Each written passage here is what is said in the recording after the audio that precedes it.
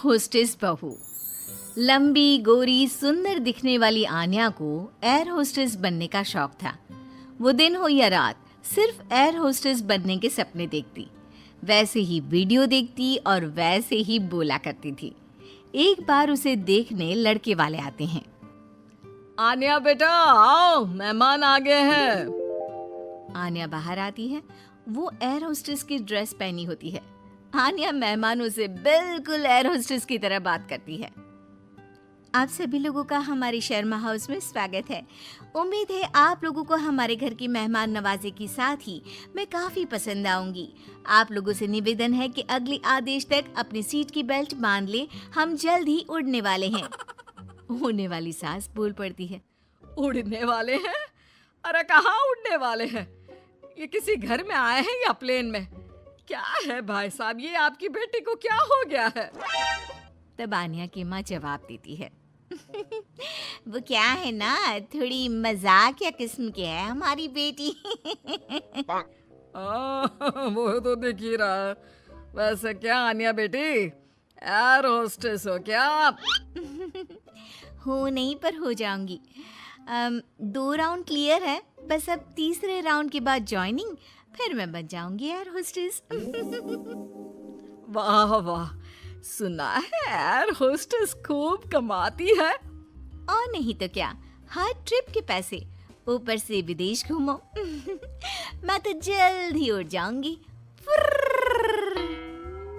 आन्या की बात सुनकर सास को लालच आ जाता है। वो मन ही मन सोचती है, मजा आ जाएगा, मैं भी बहू के साथ कभी अमेरिका तो कभी कनाडा। उधर आन्या मन में सोच रही होती है, ये रिश्ता मेरे लिए ठीक रहेगा। चुस्त लग रही है बुढ़िया, अपना घर संभालेगी, मैं प्लेन में, ये घर में। और फिर हंसते हंसते ही आन्या के मुंह से निकल जाता है, वो क्या है ना, मुझे तो रिश्ता मंजूर है जी। अरे बेटा, तूने तो मेरे मुंह की बात छीन ली।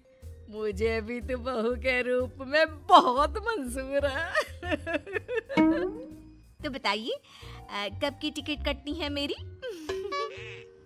अरे कोई मुझसे भी तो पूछ ले कि मुझे शादी करनी है कि नहीं। ओह माय गॉड, एक एयर होस्टेस ने शादी के लिए हाँ कर दी है, तो तुमसे क्या पूछना। खैर अब मैं चलती हूँ, नमस्कार। आन्या का एयर होस्टेस बनने वाला भूत चढ़ता ही चला जाता है। खैर विवेक की शादी आन्या से हो जाती है। शादी के बाद बहू क्या बात है, लाल सी ड्रेस में बिल्कुल परी लग रही हो। बुढ़िया तू क्या सोच रही है मैं सब जानती हूँ। ये मेरे साथ लटकना चाहती है, गंवार कहीं की।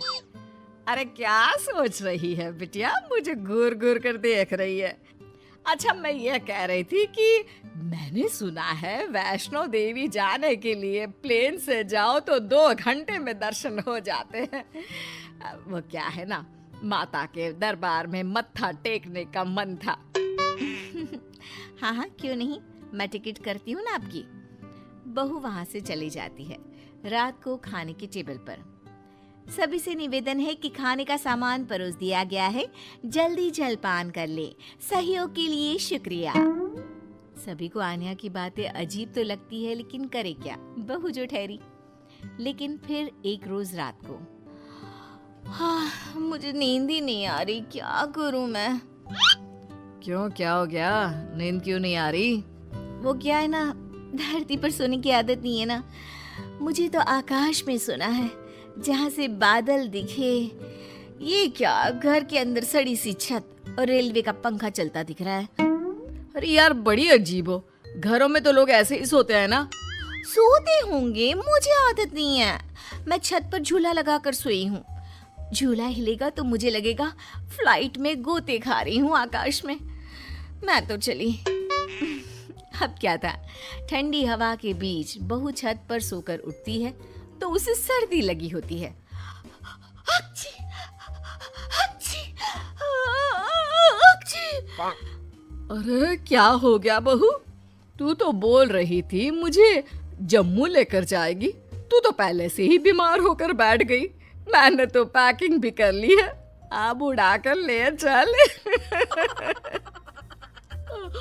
अच्छी। यहाँ नाक की दही बनी हुई है और इन्हें जम्मू घूमना है। हाय रे, लगता नहीं कि ये एयर होस्टेस बहू कभी मुझे प्लेन की सैर भी कराएगी। अरे क्या हो गया माँ, काहे रोई जा रही हो? बेटा, मैंने सोचा था कि बहू उड़न खटोले में लेकर मुझे घूमेगी, लेकिन इसके नखरे झेलते झेलते मैं तो थक गई हूँ। तभी बहू आ जाती है। जी, आप लोग खड़े क्यों हो? मुझे खड़े हुए लोग देखने की आदत नहीं है। कृपया अपनी अपनी सीट पर बैठ जाए और खिड़की से बाहर देखे, साथ ही सीट बेल्ट बांध ले। देखो आन्या, ये एयर होस्टेस वाली जॉब बाहर तक ठीक है, लेकिन तुम ये घर पर जो अजीब सा व्यवहार करती हो ना, ये मुझे बिल्कुल भी पसंद नहीं है। तुम क्या समझो मेरी नौकरी की कद्र? ठेले में बैठ बैठ कर बस ठेले हो गया हूँ। मैं एयर होस्टेस हूँ। पता है हवाई टिकट कितने की आती है? लोग एक बार बैठने के लिए मरते हैं, मैं तो रोज 2 बार घूमती हूँ। और सासू माँ, मैं आपकी तरह खाना बनाने वाली औरत नहीं हूँ, समझ गई? बड़े ही घमंड से बोलने वाली बीवी का ये लहजा पति को बिल्कुल पसंद नहीं आता। वो ठेला नहीं, शोरूम है। जिसे तुम काम बोल रही हो वो मेरा जमा जमाया बिजनेस है, जिसे देखकर तुम्हारे मम्मी पापा ने मेरी शादी की थी। अरे हम लोगों की फ्लाइट में तो माल्या से लेकर मोदी आते हैं। हाँ हाँ, आते होंगे, लेकिन भागने के लिए, घूमने के लिए नहीं। जो भी हो, है तो बिजनेसमैन ही ना। हाँ, तो वो कौन सा तेरे से शादी करने को भाग रहे हैं बहू? पानी ही पीते हैं ना तेरे हाथ से, कोई बिजनेस एडवाइजरी तो नहीं लेते क्यों? अरे घूम घूम कर खाना, चाय और पानी ही तो बांटती है ना तू।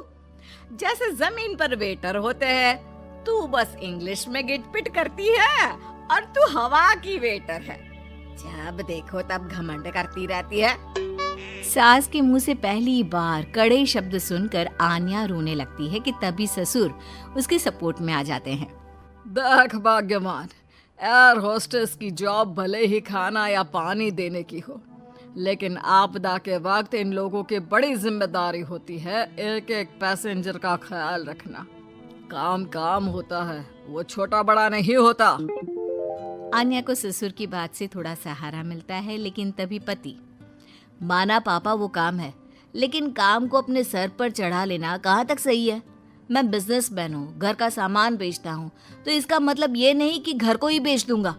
माँ घर पर रहती है, खाना बनाती है, तो इसका मतलब ये नहीं कि लोगों के घर जाकर खाना बनाएगी या फिर घर को होटल बना देगी। पापा, काम को घर के बाहर तक ही रखना सही है। मुझे माफ़ कर दो, मैं आज की बात कभी भी अपने जॉब को घर के बीच नहीं लाऊंगी। मैं समझ गई जैसे दूसरी नौकरी है वैसे ही एयर होस्टेस की जॉब भी है।